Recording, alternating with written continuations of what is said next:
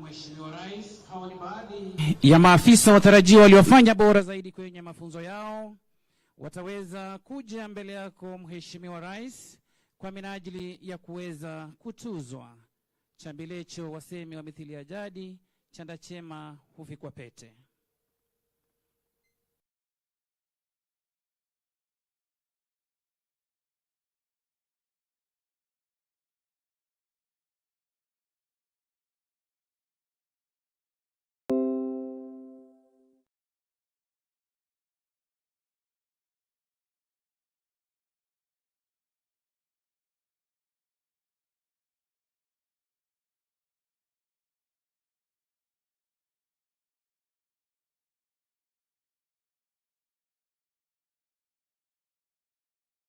Best all-round male recruit. Number 123, 759. Recruit Police Constable Eric Kavala from Green Company.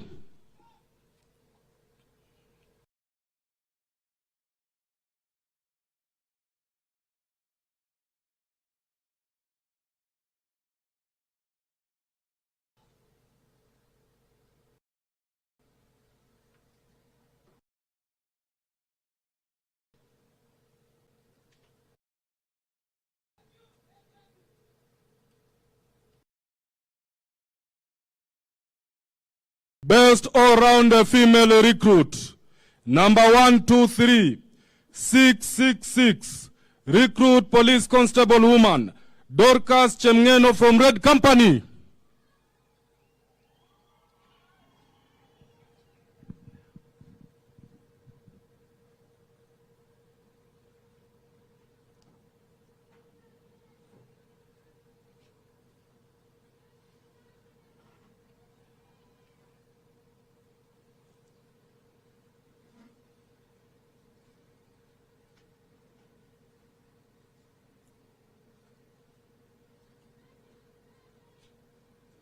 Best all-round academic recruit.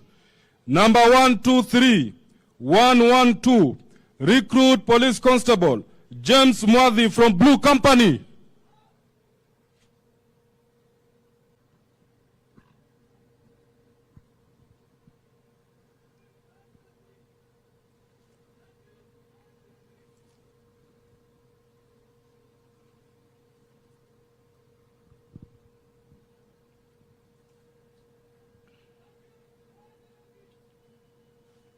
Cause best shot. Number 122, 811.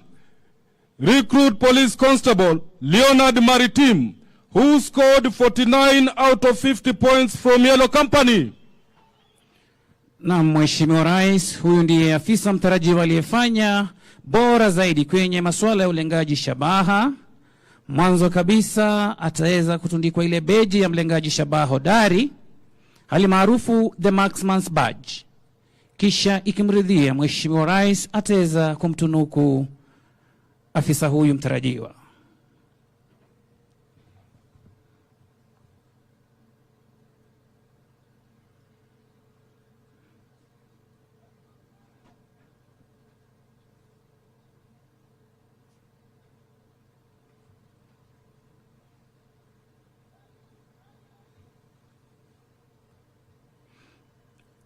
Asante sana Mheshimiwa Rais kwa kuweza kukubali kuwatuza maafisa hawa waliofanya bora zaidi kwenye mafunzo yao. Ama kweli sisi tunasema shukran.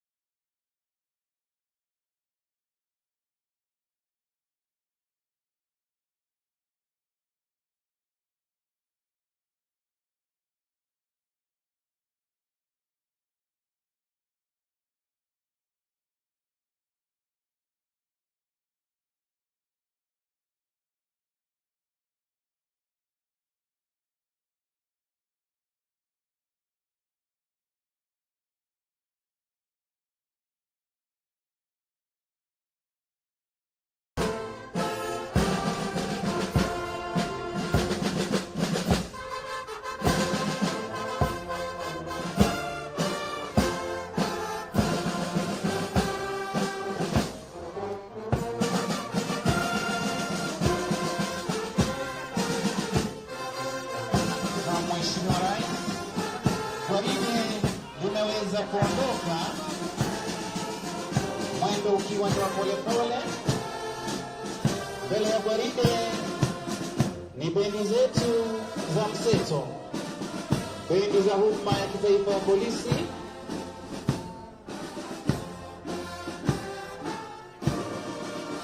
zikishirikisha bendi kuu ambayo ni bendi ya ulinzi na msafara wa rais, ikiwa chini ya uongozi wake mkurugenzi mkuu wa muziki akiwa ni Bwana Samuel Yohana Wambura, miliki wa tuzo la OTW, akiwa ni msaidizi wa Inspector General. Bendi ya kikosi cha GSU iko chini ya uongozi wake Chief Inspector Samuel Birengo wa Masika. Bendi hizi, Mheshimiwa Rais, siku ya leo ziko chini ya uongozi wake naibu mkurugenzi wa muziki kwenye bendi kuu ambaye ni Bwana Felix Mrashui, akiwa ni mratibu mwandamizi Senior Drum Major, akiwa ni Sergeant James Murage, akisaidiwa na Kopro Paulo Elim, Kopro Halima Molu, Kopro Geoffrey Bet, pamoja na Constable Evans Mwaniki. Miliki wa ngoma kubwa ni Sergeant Richard Moya, akiwa naye Constable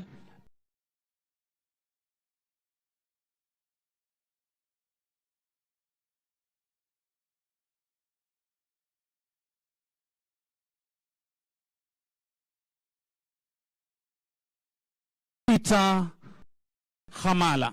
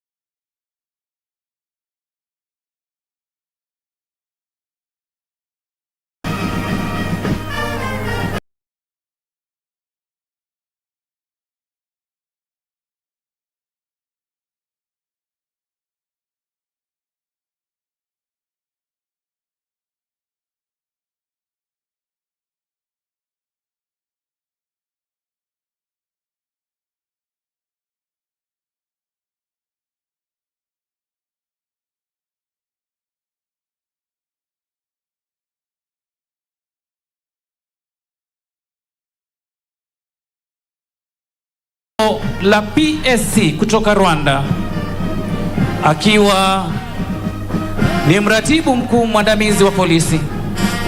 Nyuma yake ni naibu wake Mheshimiwa Rais ambaye ni Bwana Daniel Karamushu, akiwa ni mratibu mwandamizi msaidizi mratibu mwandamizi wa polisi.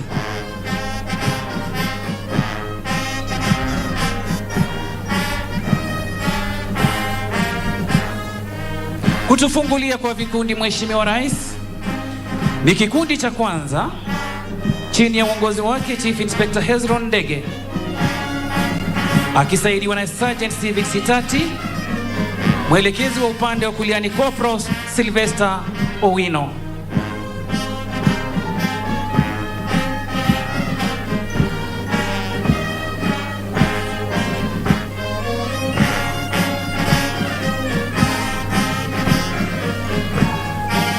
Wanaopita mbele yako kwa hivi sasa, Mheshimiwa Rais, ni kikundi cha pili chini ya uongozi wake Inspector Joseph Juma Ndugutu akisaidiwa na Sergeant Simon Sayale, mwelekezi wa upande wa kulia ni Corporal Wilson Murage.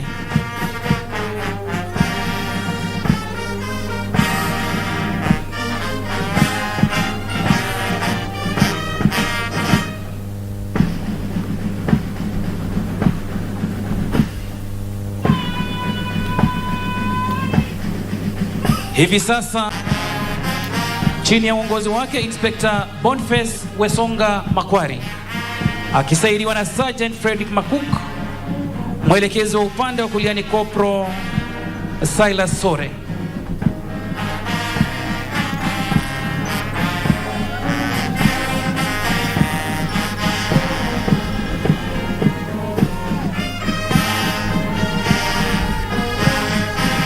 Wanaopita mbele yako kwa hivi sasa, Mheshimiwa Rais, ni kikundi cha nne chini ya uongozi wake Inspector Paul Gitau akisaidiwa na mwanadada Sergeant Daisy Mukoya, mwelekezi wa upande wa kulia ni Corporal Siginola Leonard Tanki.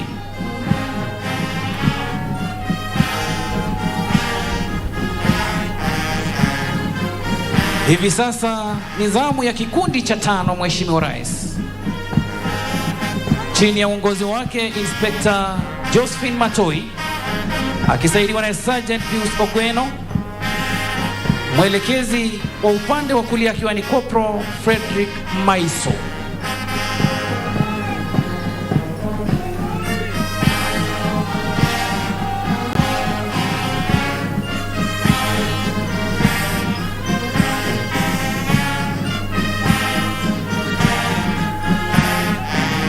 Zamu hivi sasa, Mheshimiwa Rais, ni ya kikundi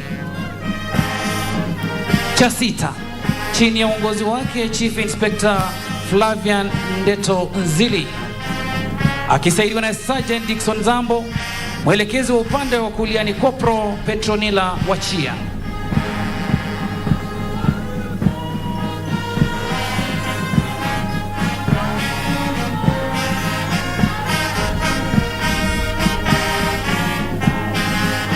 Chini ya uongozi wake Inspector Vincent Maru akisaidiwa na Sergeant Paul Wanzala, mwelekezi wa upande wa kulia ni Corporal Joel Okindo.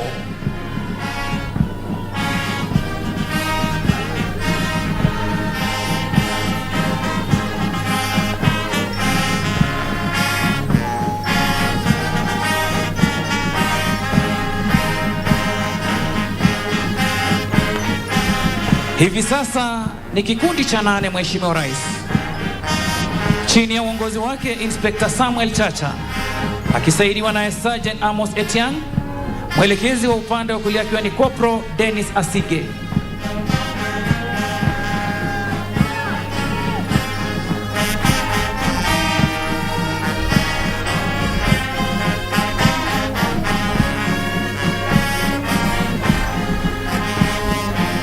Hivi sasa ni zamu ya kikundi cha tisa chini ya uongozi wake Chief Inspector Stephen Laibuta akisaidiwa na Sergeant Maina Ngugi, mwelekezi wa upande wa kulia ni Corporal Galgalo Tura.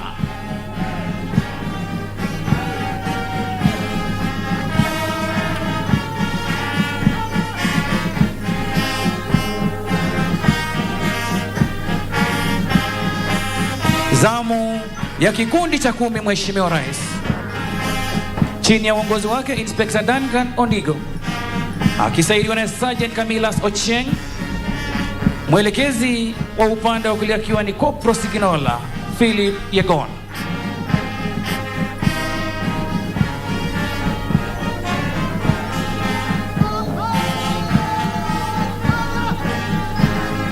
Chini ya uongozi wake Inspector Jonathan Murray akisaidiwa na Sergeant Stephen Rotich, mwelekezi wa upande wa kulia akiwa ni Kopro Andrew Solik.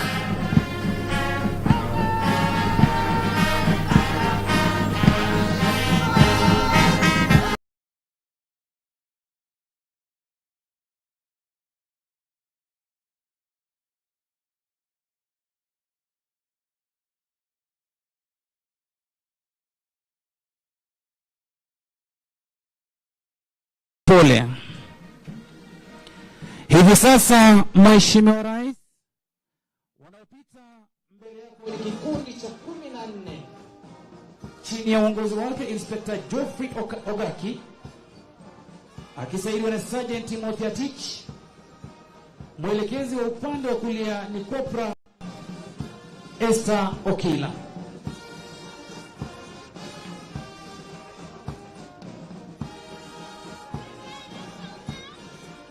Zamu hivi sasa ni ya kikundi cha 15 Mheshimiwa Rais chini ya uongozi wake Inspector Shadrack Kariuki akisaidiwa na Sergeant Daniel Aludo, mwelekezi wa upande wa kulia akiwa ni Kopro Alex Bera.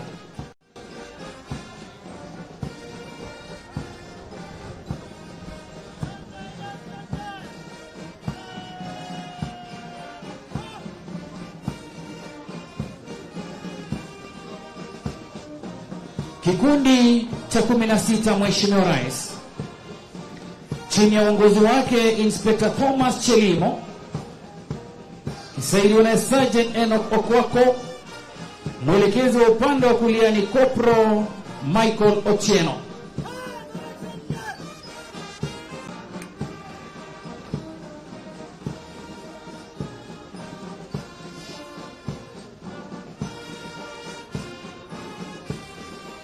Hivi sasa Mheshimiwa Rais, nidhamu ya kikundi cha 17 chini ya uongozi wake Inspector Francis Muchai akisaidiwa na Sergeant Daniel Ruto, mwelekezi wa upande wa kulia ni Kopro Edwin Wanjala.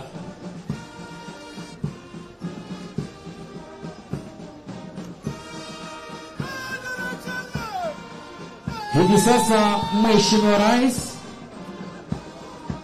wanaopita mbele yako ni kikundi cha 18 chini ya uongozi wake Inspector Mohamed Jarso akisaidiwa na Sergeant Felix Kimuli, mwelekezi wa upande wa kulia akiwa ni Kopro Kelvin Obeli.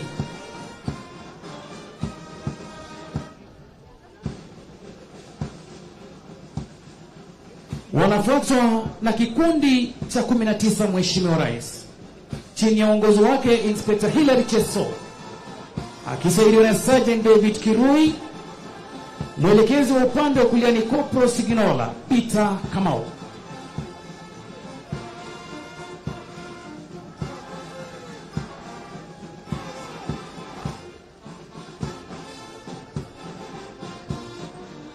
Hivi sasa Mheshimiwa Rais, nidhamu ya kikundi cha 20 chini ya uongozi wake Inspector Edwin Momanyi akisaidiwa na Sergeant Nicodemus Andiwo, mwelekezi wa upande wa kulia akiwa ni Kopro Isaac Ndambuki.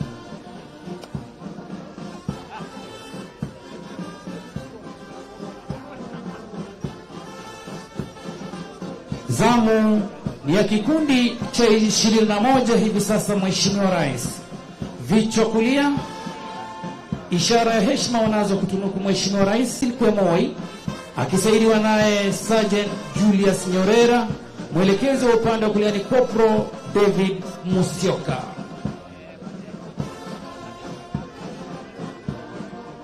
Zamu ni ya kikundi cha 22 Mheshimiwa Rais chini ya uongozi wake Inspector Faith Gitao akisaidiwa na Sergeant Abraham Koech, Mwelekezi kwa upande wa kulia ni Kopro Stanley Maina.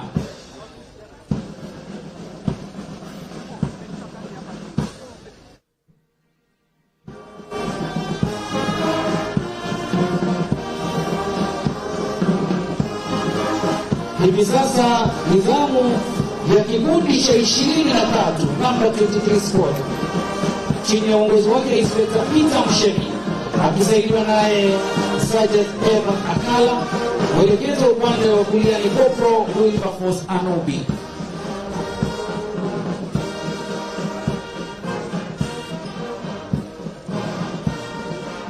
Kikundi cha 24 Mheshimiwa Rais ndio wanaopita mbele yako kwa hivi sasa chini ya uongozi wake Inspector Peter Kamwiro akisaidiwa na Sergeant Bernard Kimayo. Mwelekezi wa upande wa kulia akiwa ni Kopro Samuel Waka. Kutufungia kwa vikundi Mheshimiwa Rais ni kikundi cha 25 chini ya uongozi wake Inspector Ustadh Mohamed Said Gogo SMT akisaidiwa naye Sergeant Abdullahi Abdikarim. Mwelekezo upande wa kulia akiwa ni Kopro Douglas Okindo. Nyuma yao ni Regimental Sergeant Major Mheshimiwa Rais akiwa ni Senior Sergeant James Simiyu wa Kisa. Mwisho wa gwaride ni kiranja wa gwaride ambaye ni Chief Inspector Silas Mayo akiwa ndiye mkufunzi wa kwata kwenye chuo hiki.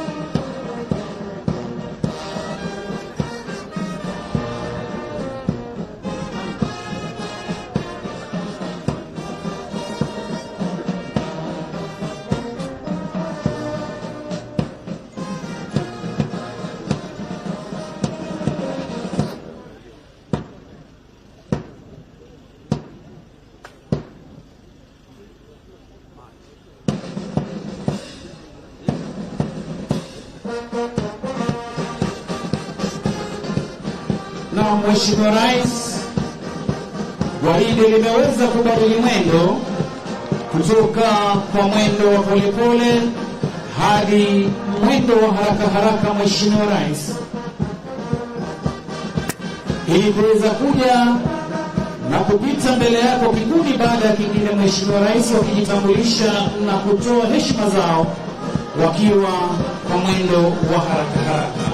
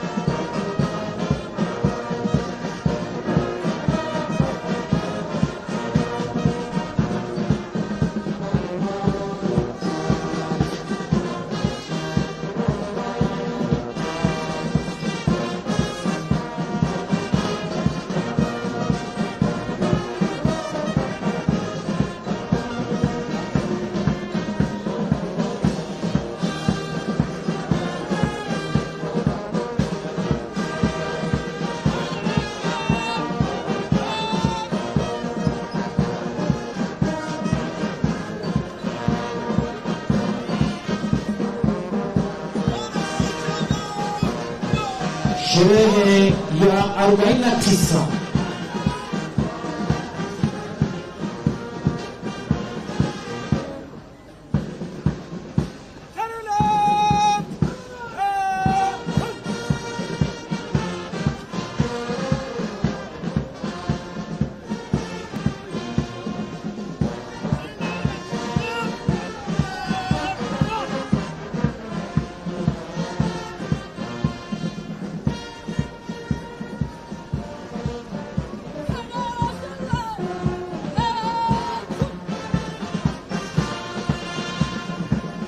Mheshimiwa Rais, tunakuomba kwa heshima uweze kupokea heshima zao wakiwa kwenye mwendo wa haraka haraka.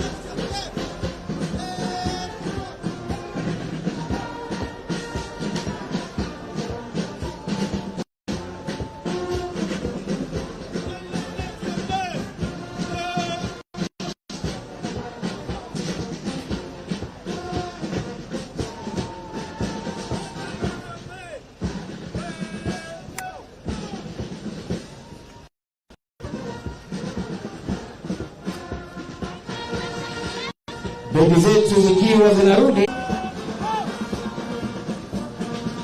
maafisa hawa waweze kurudi mahali walikoanzia gwaride ya Mheshimiwa Rais.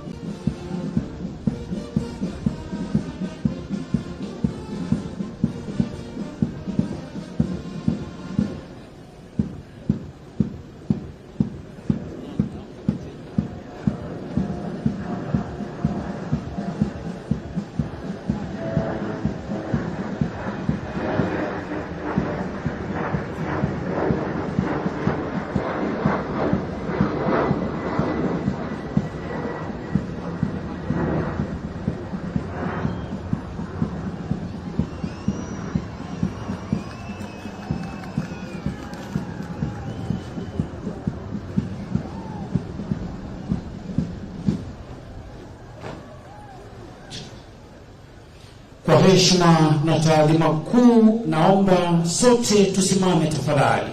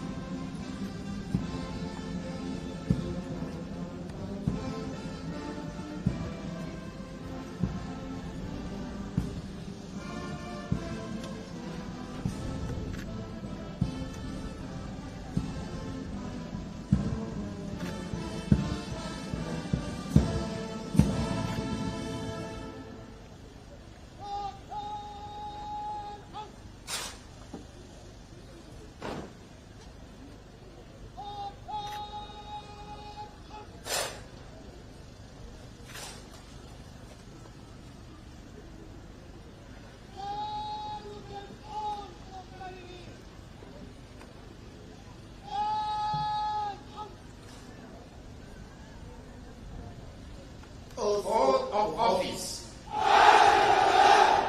Do swear that I will be faithful and bear true allegiance to the Constitution of the President of Kenya during my service in the Kenya Police, without favor or affection, malice or ill will, that I will at all times do my utmost to preserve the peace and to prevent offenses against the peace, that while I shall continue to hold the said office to the best of my skill and knowledge, will discharge all duties thereof faithfully according to law, and I will subject myself to the Constitution, all acts, orders and regulations, now or in future in service, relating to my service in the Kenya Police Service, and that I will discharge without fear, favor, affection or ill will. So help me God.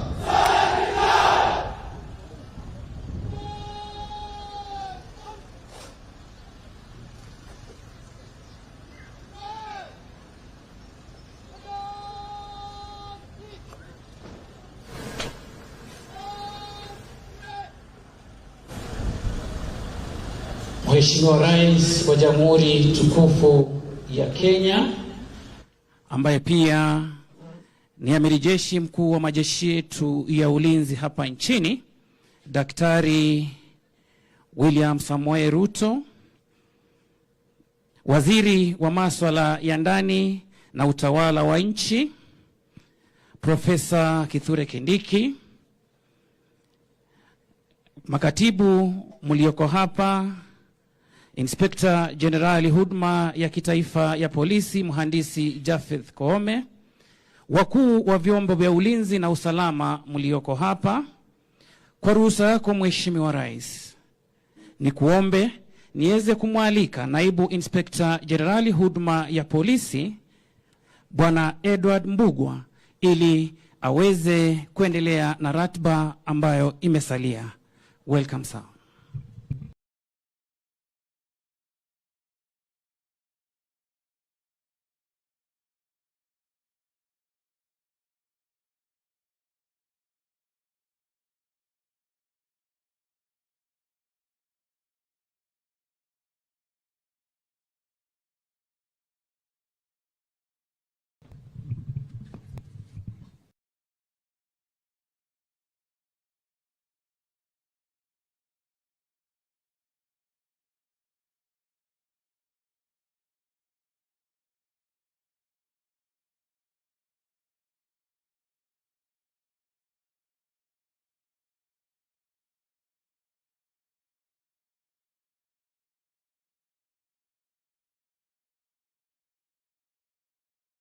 I'm sorry, but there is His Excellency, the Governor of Nairobi City County, Honorable Sakanja, all invited guests, the parents, the passing out recruits.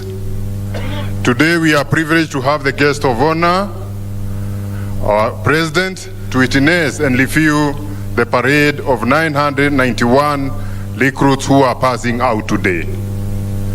Your Excellency, 1,000 civilians assembled here as recruits, and due to one cause or the other, they have managed to finish 999, composed of 888 men and 103 police women. Sir, we have had a chance of reviewing this parade several times, myself, the IG, and even the commandant, and we are well convinced that these officers are well trained and they are ready to take positions in their respective companies. Sir, I can assure you that even having 991 policemen passing out today, we are not going to create an additional company. These officers are going to replace the officers who have gone out due to natural attrition, and we require even more officers to be employed in all our training institutions. Without saying much, sir, I wish to request the Inspector General National Police Service to come and take over the program, the rest of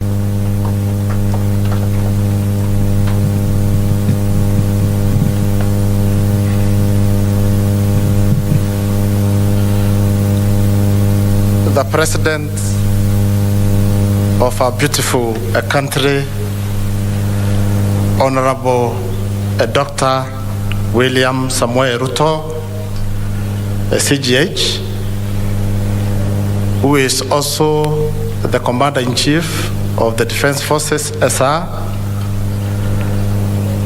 Professor Kithure Kindiki, the Cabinet Secretary, Minister of Interior and National Administration,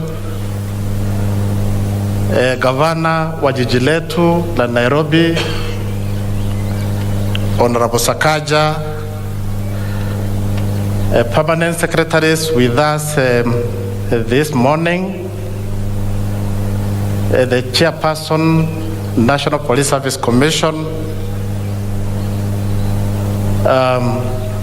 Commissioners of the National Police Service Commission, service commanders, representative of the CDF, senior government officials present this morning, fellow police officers, wananchi waheshimiwa, graduates, Mheshimiwa Rais, kwa niaba ya kikosi cha National Police Service, tuko na furaha sana na tunakushukuru Your Excellency. Your Excellency, that is a morale booster. It is a motivation to the members of the National Police Service. Once more, Your Excellency, tuwasema shukurani. Mheshimiwa Rais, na kuhakikishia members of the National Police Service, they love their country. I have patriotic officers under me ambao wako tayari kulinda nchi yao, kuchunga mali yetu, kulinda wananchi na mali yao. We are committed towards doing exactly that, and as I've always said, without fear or favor. Your Excellency, Ijumatatu nilishinda hapa, tulizungumza nao maofisa, tulizungumza mambo mengi na nikawaeleza vile umetuamuru kama service commanders. Umetueleza kile wewe unataka, utaki kuona kabisa ofisa yeyote wa polisi anaingia kwa siasa. Hayo nimewaeleza. Unataka wawe professional police officers kulingana na katiba ya nchi. Siasa wakae mbali. Umetueleza ya kwamba tuhudumia wananchi bila kupendelea. Kama ni tusiangalie mambo ya kabila, tusiangalie mlengo wa siasa, tusiangalie kama ni tajiri ama ni mtu mdogo, lakini tufanyie kila mwananchi haki. Haya ni mambo nimewaeleza.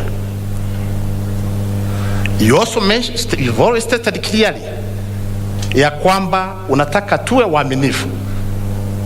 Serve. Your Excellency, you've always stated clearly utaki hata shilingi moja ambaye umepeana kwa kikosi cha polisi iibiwe ama iende kwa njia nyingine, na kuhakikishia ile support umetupatia tutatia bidii na kuhakikisha tunalinda mali yote ya nchi hii pamoja na ile natupea kama vifaa vya kazi. Tutalinda kabisa. Your Excellency, without any further much ado, as I've stated, I've been here on occasions to talk to these officers. Ours is to assure you we shall be loyal to your government as expected of us by the constitution of this country. Your Excellency, it is now my humble duty to welcome Waziri. Welcome Professor Kindiki.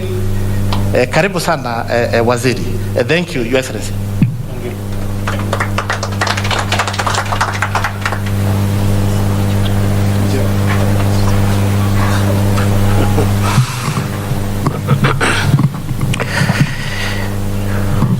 Mheshimiwa William Ruto, Rais wa Jamhuri ya Kenya, Amiri Jeshi wa vikosi vya ulinzi,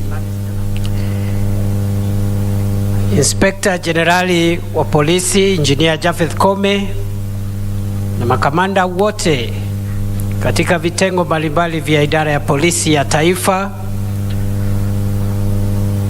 makatibu wa wizara walio hapa, huduma ya polisi, mwakilishi wa Chief of the Defense Forces na wale wote ambao wako hapa wakiwemo viongozi wa tabaka mbalimbali, wananchi, wazazi, marafiki, mahafala wa siku ya leo.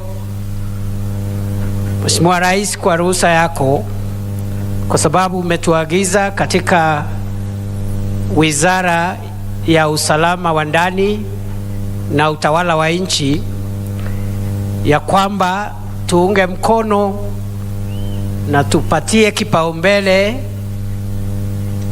mwelekeo wako wa kuboresha mazingira kupitia upanzi wa miti katika sehemu zote za Jamhuri ya Kenya likiwemo jiji la Nairobi.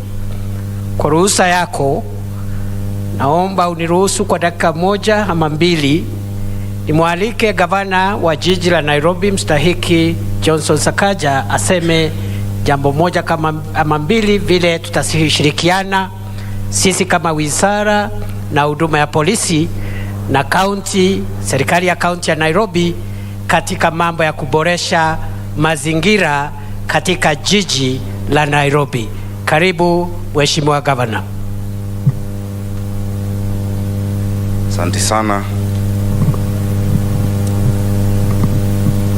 Your Excellency, the President of the Republic of Kenya and the Commander-in-Chief of the Defense Forces, Waziri wa Interior, Professor Kithure Kindiki, the Inspector General of Police, and all service. Good morning. This indeed is a very exciting day, Your Excellency, for many families, because standing before you is their hope. Many have invested from across the country in these young people who today are passing out. Your Excellency, mine is just to wish them well, to wish them all the best, and to wish them the diligence to serve our people with dignity. As the Cabinet Secretary has mentioned, as the County of Nairobi, we are very proud that we've been able to partner very closely with the Inspector General of Police and the Regional Commander, Mr. Bungei, to restore order and sanity in Nairobi County. Your Excellency, you will remember, just after the election, Nairobi County faced a lot of disorder. Crime had shot up. We had a lot of cases of muggings, but working closely with the National Police Service through the leadership of our new Inspector General, I'm sure you have noted that those cases and incidences have gone down. Tunakushukuru sana Rais, kwa sababu ni wewe ambaye ulitupa ruhusa kufanya kazi pamoja. Hapo mbeleni county governments hazikuwa zinafanya kwa umoja au kwa ukaribu na police service, na hiyo ndio njia ambayo umetufunza ya kwamba serikali ni moja, serikali ya kitaifa na serikali zetu za county. Ni muhimu tuweze kufanya kazi pamoja, kwa sababu tunahudumia na kuwatumikia Wakenya na wananchi moja ambao wametuchagua na ambao wameweka matumaini mengi. Ya pili, Your Excellency, pande miti katika county ya Nairobi na pia katika county zetu zote. You gave us a very ambitious target yesterday of 10 million trees. Tulifikiri tulikuwa tumepanga vizuri sana na KFS ya kupanda miti kama 2,000,000, lakini we up to the task. Tumezungumza na waziri na pia commandant wa AP wa hapa GSU, tumezungumza na PS wa correctional facilities watusaidie na prisons, na vijana wetu wa Nairobi ambao tuwajumuisha kama 10,000 hivi. We are not going to just plant trees. We will plant trees, maintain trees and green the city of Nairobi. Hiyo pia itasaidia vijana wetu kupata kitu ya kufanya ambayo ina manufaa na ambayo inaonekana. Your Excellency, thank you so much for that opportunity. Ya mwisho zaidi nikimaliza ni ya kwamba kuna mambo mengi ambayo tunafanya pamoja na wewe na pamoja na serikali ya kuu kuhakikisha kwamba tunarudisha mpangilio ambao unafaa katika jiji letu la Nairobi na pia katika taifa letu. Ningesihi vikosi vyetu, polisi wetu, inspectorate officers wetu, tunapoenda kwa wananchi wetu, tuwape hadhi na heshima ambayo wanastahili. Let us serve these people with dignity, because Your Excellency, our aim is to make Nairobi County a city of order, a city of dignity, so that we can provide hope and opportunities for our people. Hongera sana recruits wetu and new officers, and may God bless you. Thank you, Excellency.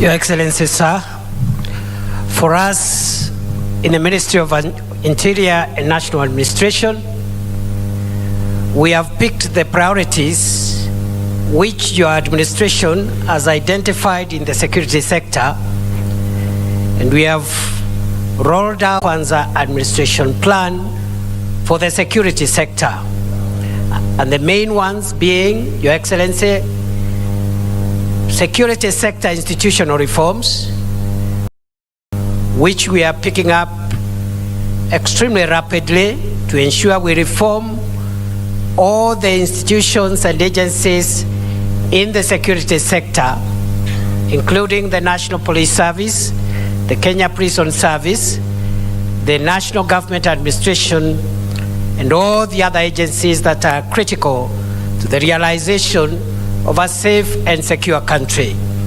Your Excellency, sir, in that regard, we have also picked out the priorities which you have set out in this sector under your administration to ensure that we professionalize all our security agencies, all our security officers are instructed to be professional, to restrain from extraneous behavior, and to concentrate on the core mandate, which is to secure Kenya and to make it a safe home for all of us.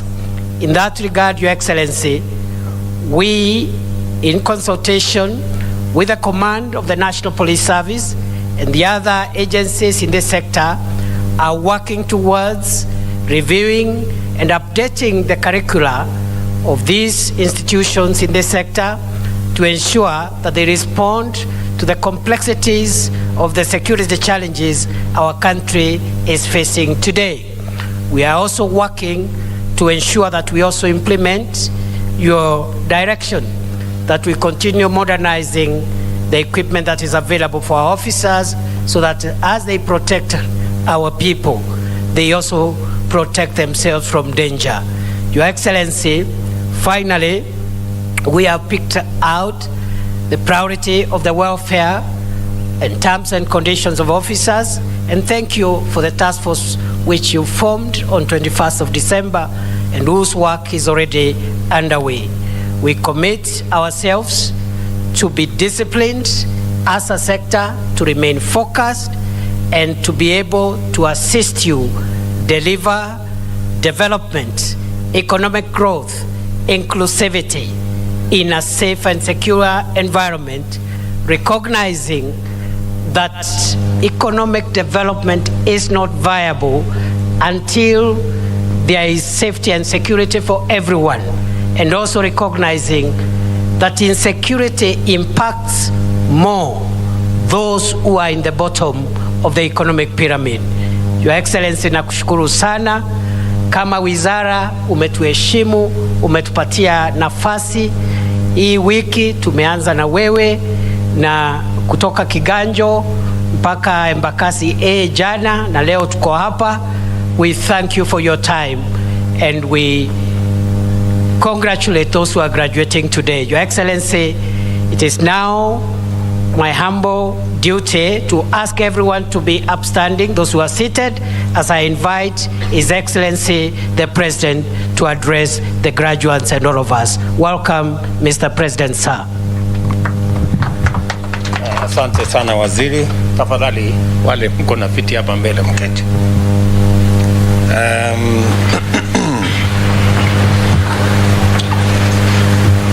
Waziri wetu wa mambo ya usalama Profesa Kithure Kindiki, makatibu wote walio hapa wanaofanya kazi katika wizara hiyo,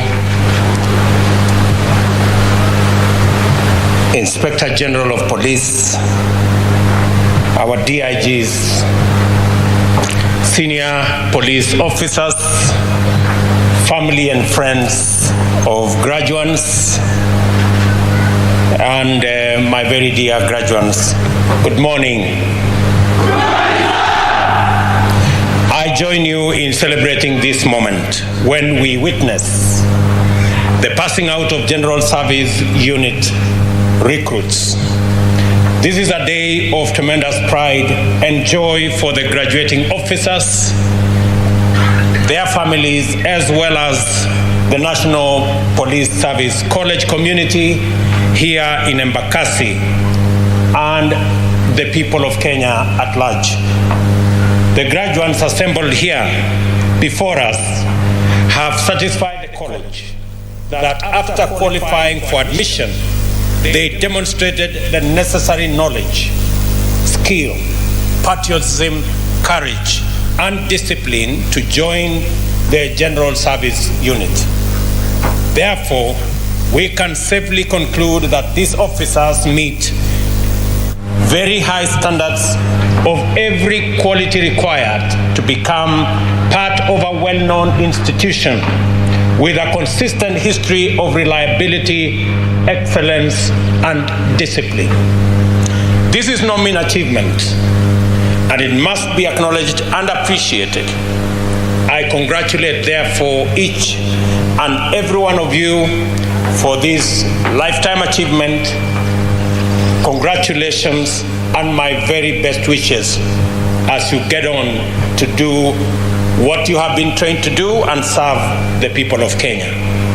From this day, you are the ambassadors of the National Police Service, tasked with giving a good example and a good account to Kenyans wherever you go, and living up to the highest ideals of policing as a noble profession, a high calling, and an essential service to the people of Kenya.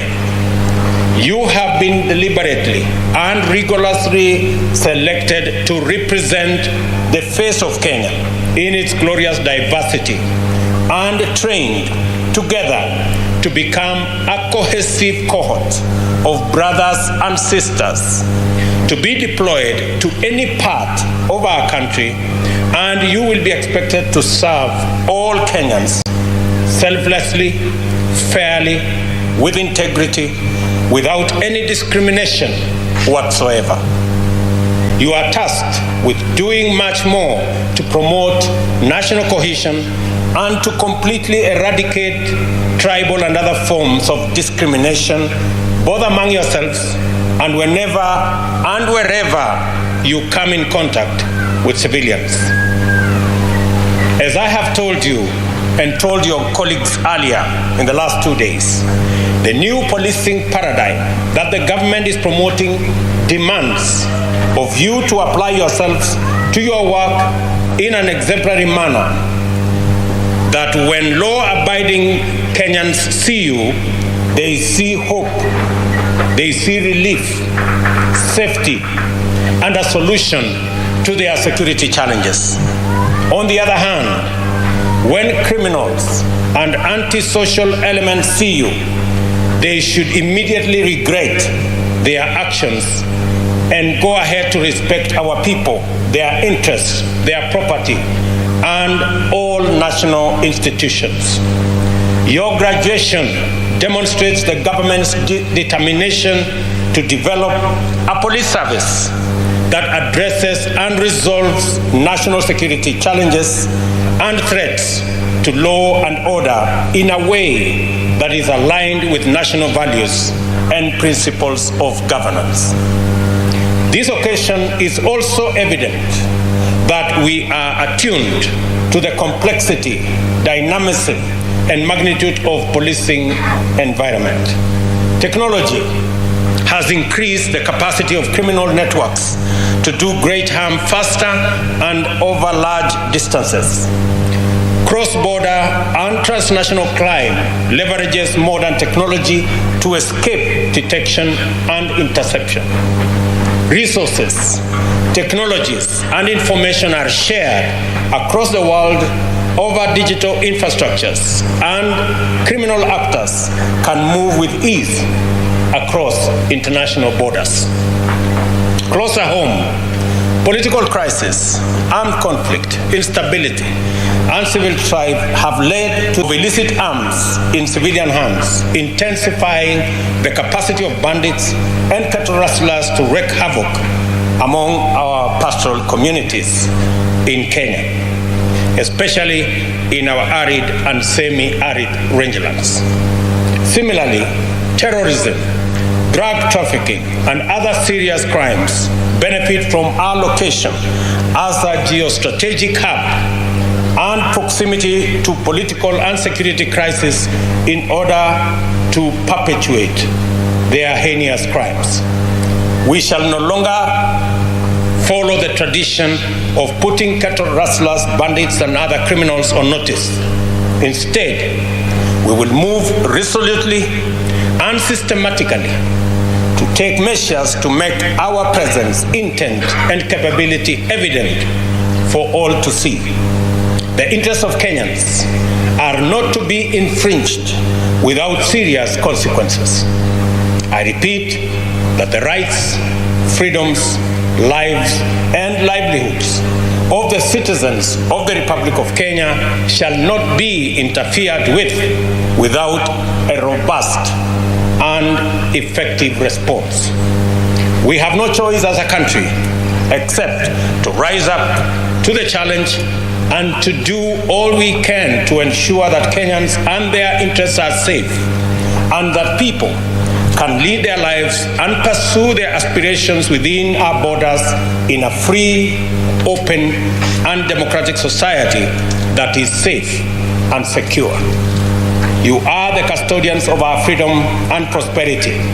We therefore have a duty to live up to our respective parts of our pact to keep Kenya safe, free, and working.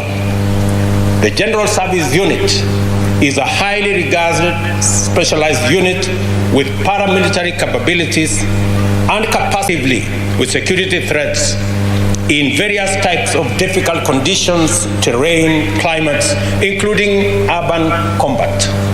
It is the cutting edge of our police response to armed conflict and security challenges.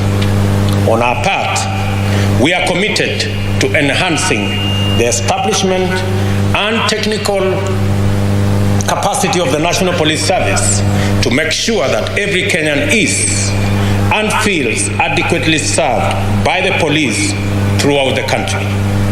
This graduation ceremony is the third this week and the latest installment of 991 recruits, making a total of 5,867 officers who graduated in the past 3 days.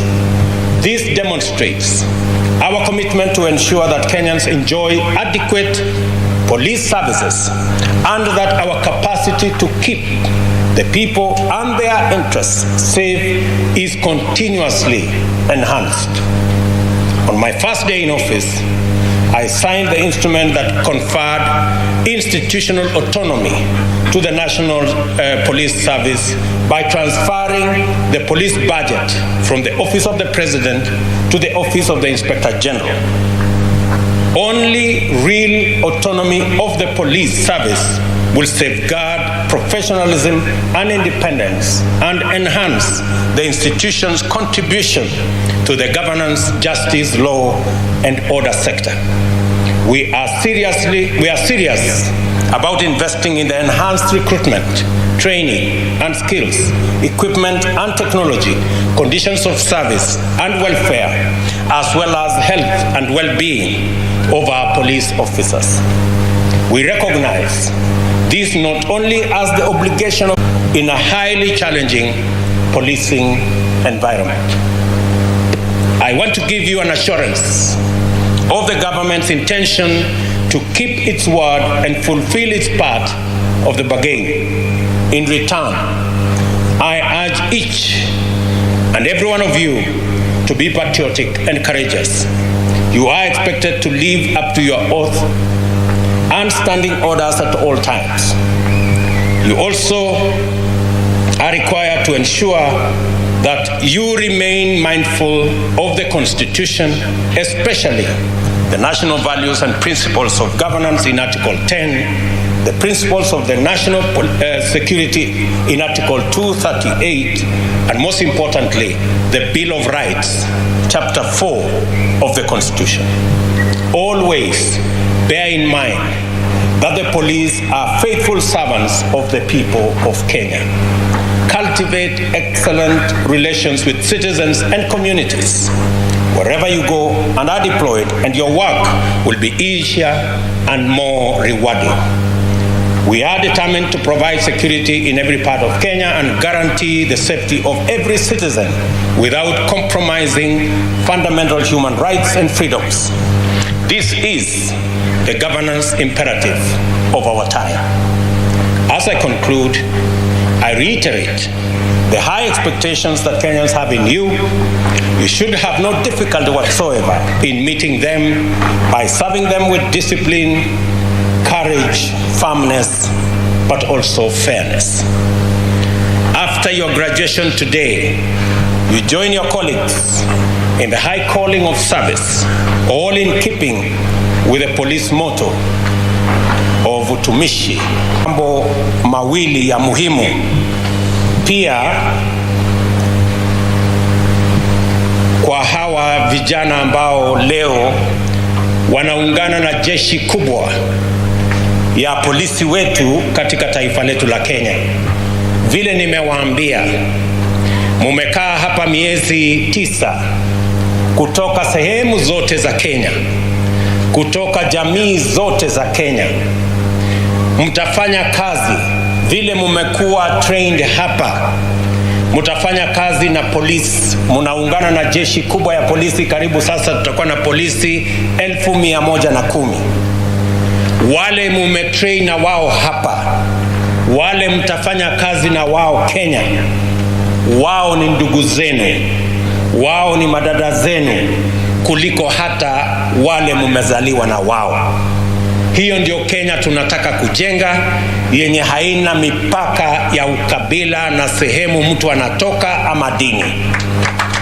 Na wauliza askari wetu hapa, yule unasimama karibu na yeye, huyo ni ndugu yako. Yule mumefanya training na yeye, huyo ni ndugu yako ama ni dada yako. Huyo ambaye utafanya kazi na yeye, Mungu akiwajalia mpaka mufike miaka 60, huyo ni ndugu yako. Nia yetu, vile Wakenya walituamurisha katika uchaguzi uliopita, ni kwamba tuwachane na mambo ya ukabila katika taifa letu la Kenya. Na mimi nawauliza nyinyi maofisa, muwe mstari wa mbele kuhakikisha ya kwamba Kenya inaungana na sote tunatembea kwa pamoja. Nimemwambia Profesa Kindiki na wizara ya iwe tu ni mambo ya askari peke yao. Vile vile tunataka kila mwananchi ajumuike na kujua mambo ya usalama katika kijiji yake, katika mahali anaishi, na ndio tumesema sasa tuta operationalize County Policing Authority ili county governments wajumuike na national government katika kushughulikia mambo ya usalama katika kila county ya taifa letu la Kenya. Tumekubaliana vile vile na IG wetu kwamba mimi niliamua ya kwamba naweka budget ya askari wetu polisi. Nimetoa kutoka ofisi ya rais, mahali kuna wanasiasa wengi, na nikasema nipeleke katika Inspector General, ofisi ya Inspector General, ili budget ya polisi isitumike kwa mambo ya kisiasa. Na ndio nimesema mimi nataka askari wetu wa polisi wafanye kazi ya polisi, wachunge usalama, wachunge mali yetu, wachunge watoto wetu, wachunge biashara zetu. Mambo ya siasa itafanywa na wanasiasa, na nawauliza wanasiasa wote wawachane na askari wetu wa polisi. Kila mwanasiasa na mimi katika majukumu yangu ya kisiasa, tuko na watu wengi wa kutusaidia upande huo. Kila mwanasiasa atafutane na lobby group, atafutane na pressure group, atafutane na wale wa kufanya mambo ya siasa.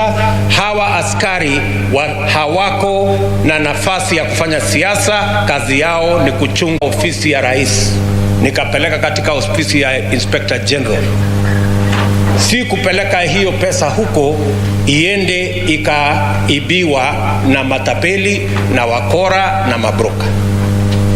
Mimi nataka niwaambie waziwazi mapema ya kwamba hatutaruhusu pesa ya security itumiwe ama iibiwe na mabroka kwa sababu imepelekwa katika ofisi ya Inspector General. Inspector General uwe mwadilifu. Hata ikifika mahali lazima utumie bunduki kulinda hiyo pesa ya hawa askari, fanya hivyo ndio wakora wasipatikane katika hiyo sehemu. Na mimi nataka niwaambie hasa accounting officer wetu katika ofisi ile, mchunge pale kwa procurement, ndio shetani wa ufisadi anaishi hapo. Mchunge hapo kwa procurement, kwa sababu hapo ndio pesa ya hawa askari itaibiwa na hawa askari hawatapata haki yao. Mimi nataka hiyo pesa yote tunaweka katika mambo ya budget ya usalama ifike kwa hawa askari, wawe na vifaa ya kutosha, na tutahakikisha kwamba kuna pesa ya kutosha ili askari hawa wawe na vifaa vyote vinavyohitajika waweze kusimamia usalama wa taifa letu la Kenya. Vijana wangu, mimi nataka niwaambie tunawapenda sana, tunawatakia heri. I pray for you and your families as you embark on serving our great nation. May the Almighty God protect you and bless the work of your hands, and may He grant you the wisdom. God will see you through, and I look forward to working with each and every one of you in building a great nation, the nation of Kenya. Asanteni sana, nawatakia baraka ya Mungu. God bless you, and I wish you success in your service. Thank you very much.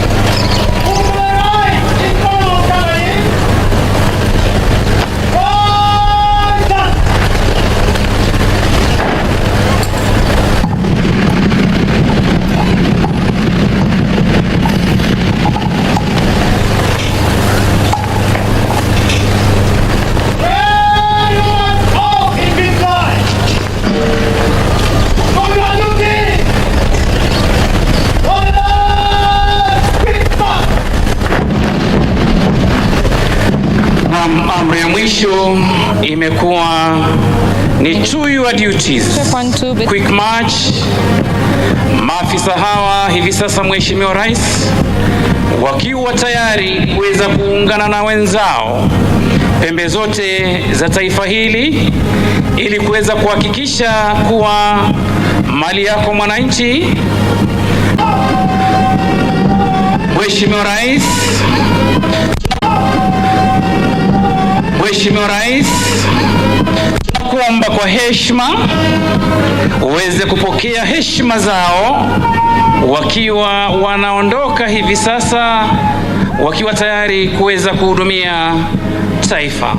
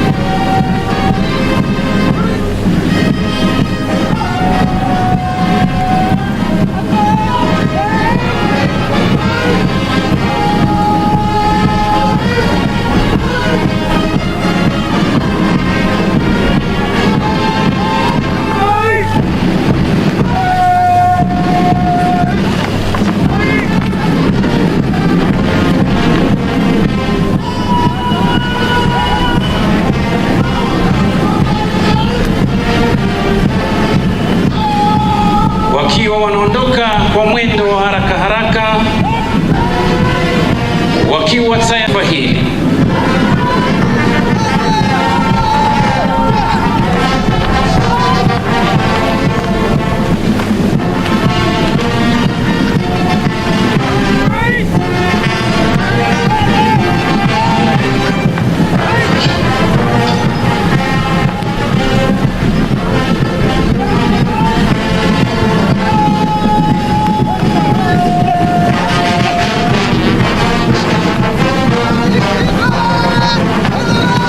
Tukiwa tunawatakia kila laheri maafisa hawa wapya, tukisema welcome aboard MV General Service Unit.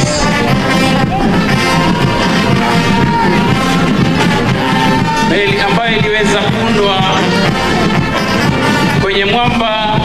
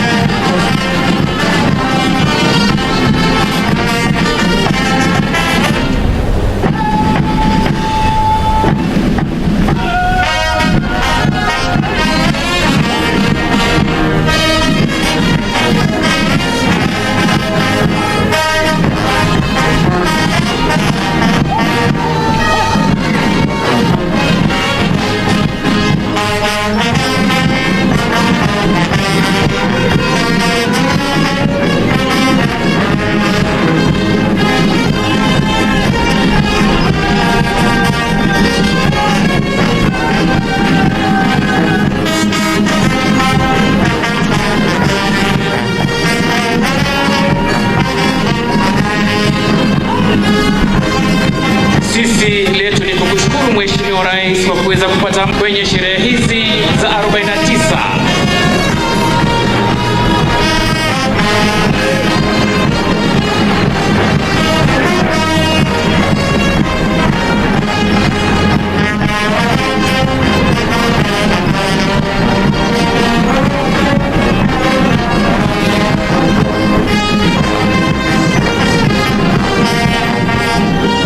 Bendi zetu zikiwa tayari kuweza kuondoka kwenye uwanja, zikiwa chini ya uongozi wake mkurugenzi mkuu wa muziki Yohana Samueli Wambura, akiwa ni msaidizi wa Inspector Generali, wakiwa wanatoa heshima zao. Bendi hii siku ya leo ikiwa chini ya uongozi wake naibu mkurugenzi wa muziki kwenye bendi hii ambaye ni Bwana Felix Murashuri.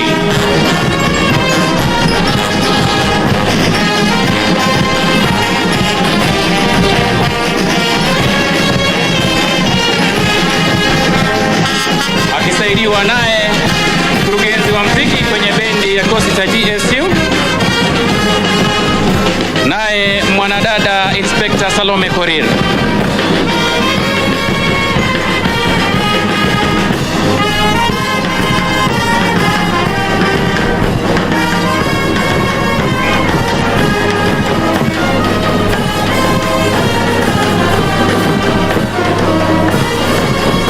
Mheshimiwa Rais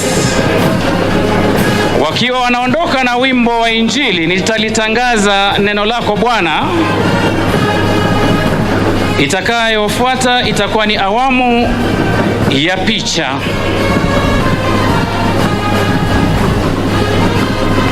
Kwa heshima yako tutaweza kupiga picha ya kwanza na makamanda wa vikundi, na picha ya pili itakuwa ni picha ya manaibu kamanda wa vikundi.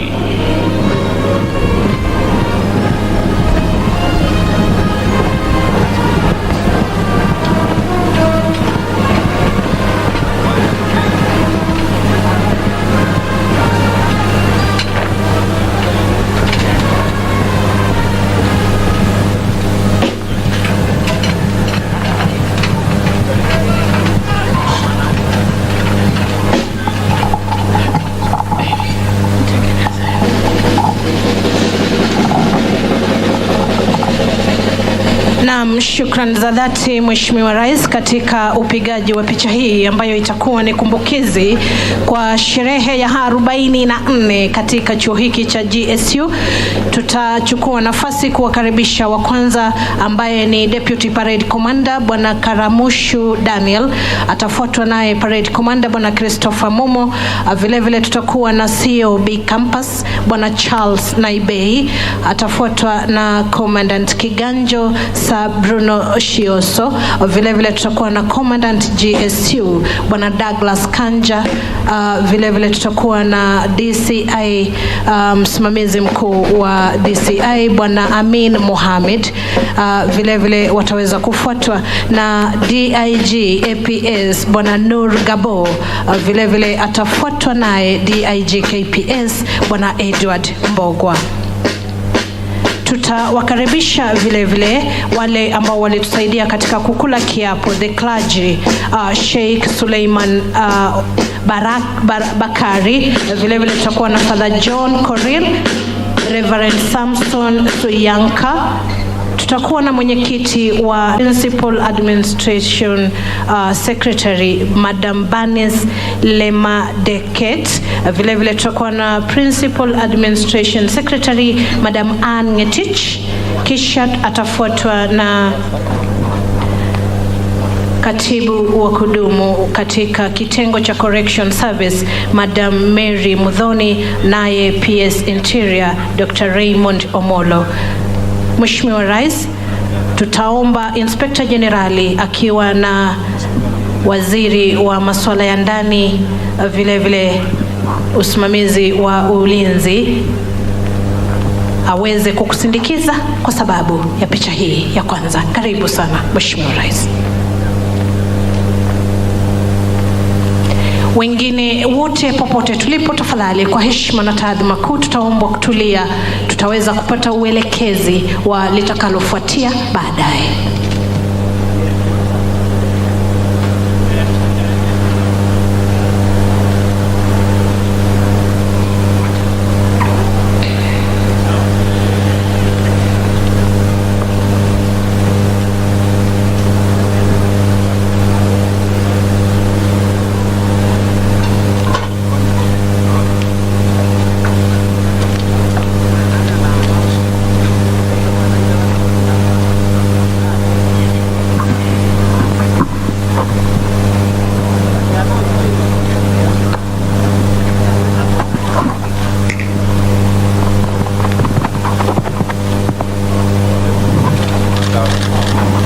Thank you, Your Excellency.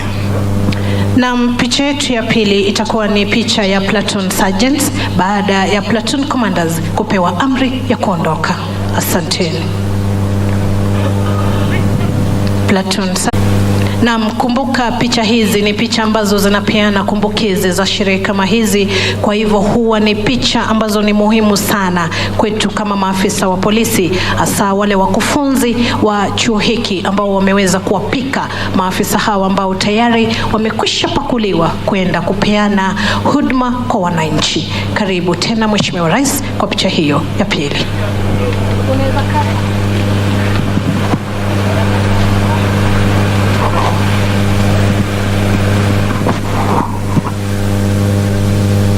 Asante sana Mheshimiwa Rais.